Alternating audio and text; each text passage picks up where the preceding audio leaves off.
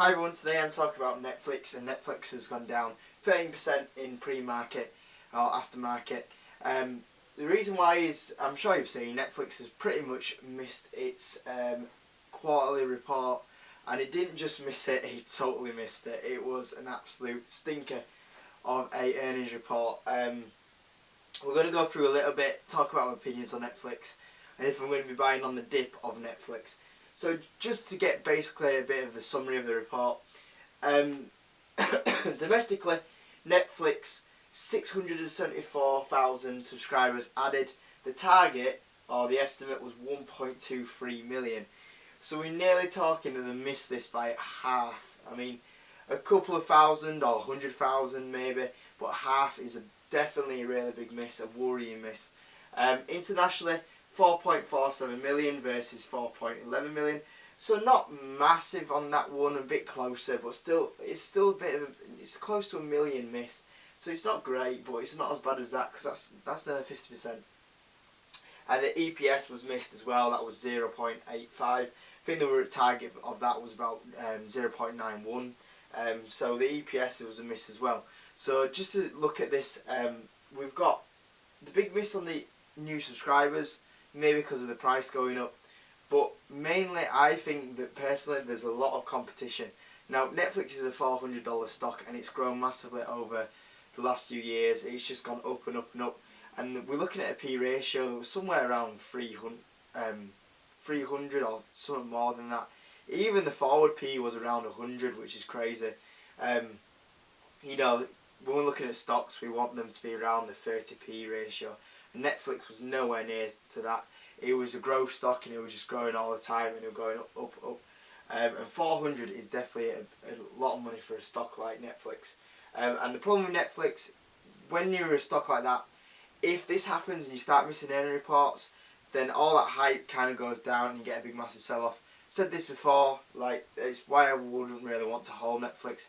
Same for Amazon, is that, you know, it's a very growth stock, and if something like this happens, they do miss the earning report, it affects the stock big time, and that's exactly what's happened.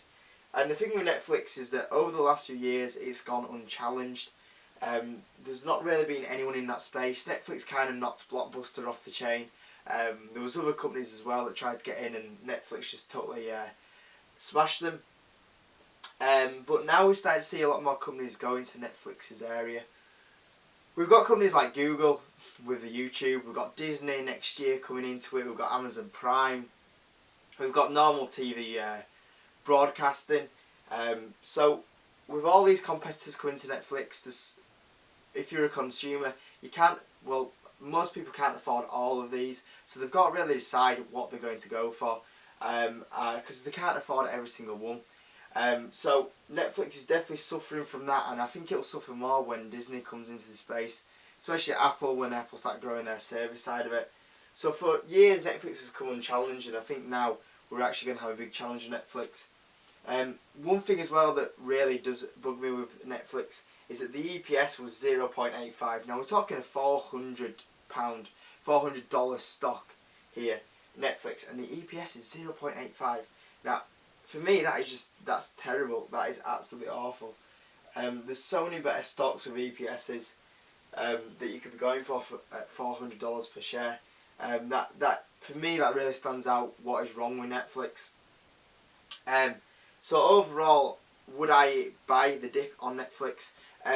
No, I'm not. I think it's probably the only FANG stock. I'd have to think about Amazon, but it's probably the only FANG stock that I probably just straight up go, no, I would not invest into it. For me, just the PE is really high. It's a very high price stock. The EPS is just crazy.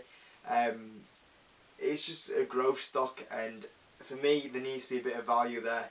And right now, there's not any value there for me for Netflix. So when normally a tech stock like this has this big massive dip, I'm normally thinking, oh, I'm going to get in here. It's a great opportunity to get in. But Netflix is just one of those stocks that I just wouldn't touch. For me, I just don't like how it is right now. It's not a good value for me. Even at this discount, if it wasn't at a discount, would I get into Netflix? No. So even at a cheaper rate, would I hold that for long term? No. So it's definitely not a stock that I'm interested in. I think there's better stocks out there.